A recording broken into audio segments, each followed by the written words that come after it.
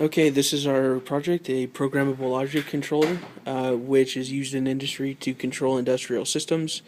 We are using a system that we call a soft PLC, meaning that all processes and processing are being handled on a PC as opposed to an external physical device.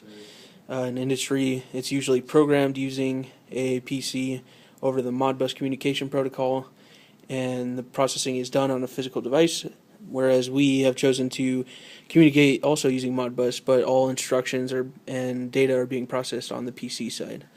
And the Modbus format is a special format used for PLCs because it's very easy to use, and it is accessible, and it's quick compared to other communication protocols.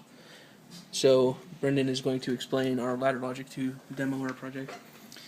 So the ladder to control a simple motor we have here, just a quick picture, we have coil 2 right here being a button, and it'll set the clock period into a register, the stepping period into the other register, and a final coil is used to determine whether it's running or stopped here.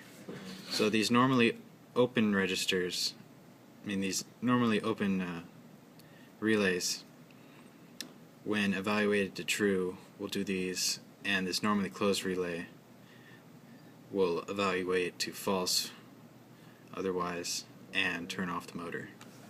So if we go to the program here, we'll see the language I did to write these. So all of these outputs will happen when that coil is true, and this normally closed relay controls whether it's turned off. Okay, and just a short explanation of the system that we are controlling that mocks an industrial process. We have a motor here that will spin.